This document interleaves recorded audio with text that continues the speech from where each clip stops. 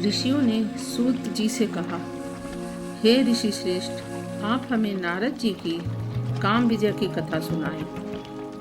तब ऋषियों की बात सुनकर श्री सूत जी बोले, हे दिव्य श्रेष्ठों, बहुत समय पहले महामुनि नारद पर्वतराज हिमालय पर एक गुफा में मौन धारण करके एक दीर्घकालीन तप करने के लिए जा बैठे। महर्षि नारद की उम्र तपस्या को देखकर देवराज इंद्र परेशान हो गए कि कहीं यह हमारा पद न ले ले। इसलिए वह अपने साथी कामदेव के पास गए और उससे प्रेमपूर्ण वचनों से प्रश्न करते हुए कहा कि हे भाई, तुम हमारे मित्र एवं हित चिंतक हो। इस समय एक बहुत बड़ा काम करना है जिसे तुम ही कर सकते हो। हमें बस तुम्हारा ही सहारा है और आशा है कि तुम अवश्य इस कार्य को कर सकोगे।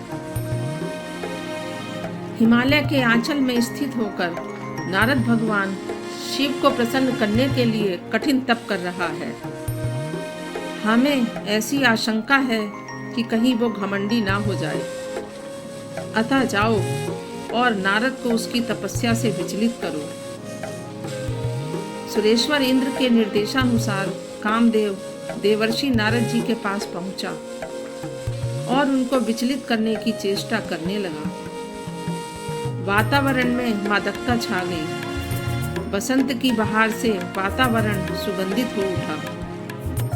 सुंदर अप्सराएं कामुकतापूर्ण भाव से नृत्य करने लगी। विचित्र सा सम्मोहन छा गया। काम कला में कुशल कामदेव ने मदमस्त होकर अनेकों चेष्टा की, पर सब व्यर्थ हुई। देवर्षि नारद पर कुछ भी प्रभाव न पड़ा। वह विचलित नहीं हुए। यह सब भगवान शिव की असीम कृपा का प्रभाव था। यह वही स्थान था जहाँ भगवान शिव ने कामदेव को भस्म किया था और रति के याचना करने पर कालांतर में कामदेव को जीवित कर देने का आश्वासन तो दिया था, पर साथ ही उस प्रदेश में मोह माया का कोई असर नहीं पड़ेगा, यह उनका वरदान था। देवर्षि नारद कामदेव के मोह जाल में नहीं लिपटे और निर्विकार रहे। इस तरह बहुत समय तक देवर्षि नारद ने अचल भाव से कठोर तपस्या की। तपस्या पूर्ण हो जाने पर वह उठे, पर साथ ही उन्हें काम विजय का अहंकार हो उठा। अहंकार भाव के साथ ही विवेक बुद्धि का नष्ट हो जाना स्वाभाविक ही है। भगवान शिव को उन्होंने अपनी यह विजय का वृत्तांत कह सुनाया। बिगड़ी किस्मत को बनाता भोला भंडारी मेरा। बिगड़ी किस्मत को बनाता भोला भंडारी मेरा। भोला भंडारी मेरा हो, भोला भंडारी मेरा। बिगड़ी किस्मत को बनाता भोला भंडारी मेरा।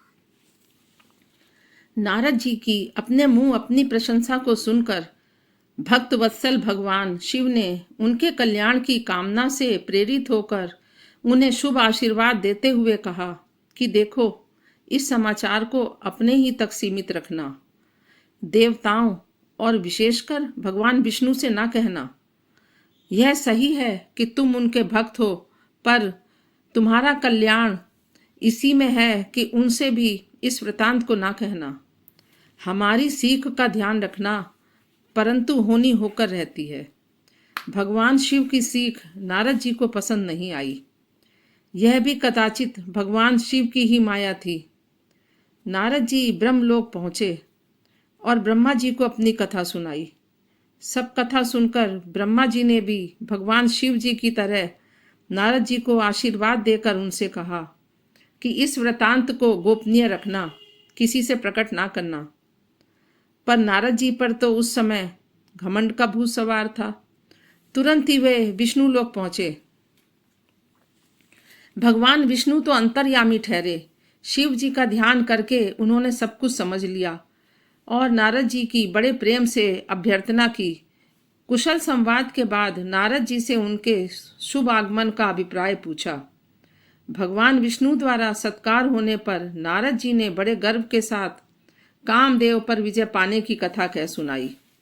सब हाल सुनकर भगवान विष्णु ने शिव जी का ध्यान लगाया और मन ही मन में उनकी स्तुति करते हुए और उनके निर्देश के अनुसार नारद जी से बोले, हे मुनिवर, आप जैसा योगी, विवेक युक्त, विशुद्ध हृदय, अखंड ब्रह्मचारी का भला वह कामदेव क्या बिगाड़ सकता है। हे भक्त प्रवर, आप पर काम, क्रोध आदि मनोविकारों का क्या प्रभाव हो सकता है। आप तो इन सब विकृतियों से सर्वथा रहित और निर्लिप्त हैं। आप जैसे पहुँचे हुए जोगियों के आगे किसी का क्या बस चल सकता है। आप धन्य हैं, आपकी कीर्ति प्रशस्त हो। भगवान विष्णु से अपनी प्रशंसा सुनकर नारद जी के गर्व का कोई ठिकाना ना रहा। मन ही मन वे खुश थे, पर इसे प्रकट ना होने दिया और भगवान विष्णु की ही सब कृपा स्वरूप बतलाकर नारद जी विष्णु लोक से चल दिए।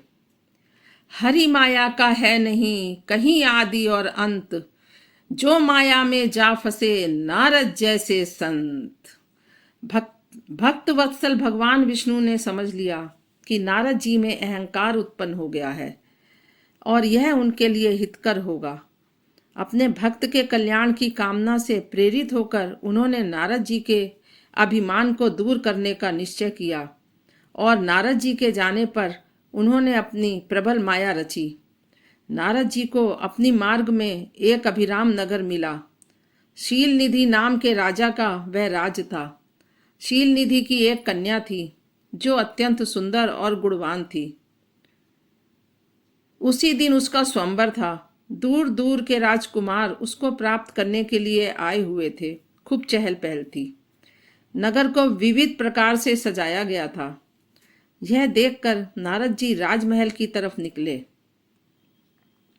देवर्षि नारद को देखकर राजा ने उन्हें प्रणाम किया, राज सिंहासन पर बिठाया, उनका स्वागत सत्कार किया। तत्पश्चात अपनी कन्या को बुलाकर उनके चरणों में प्रणाम कराया। इसके बाद राजा ने विनम्र वचनों से उनका सत्कार करते हुए कन्या का भविष्य पूछा कि इसको वर कैसा मिलेगा। कन्या के सौंदर्य और उसके गुणों पर नारद जी भी कामना से अभिभूत हो उठे। उस पर मोहित होते हुए बतलाया, हे राजन, आपकी कन्या सौभाग्यवती है। यह लक्ष्मी स्वरूप है। इसका पति विष्णु जैसा ही सर्वगुण संपन्न होगा। इस प्रकार आशीर्वाद देकर नारद जी चल पड़े।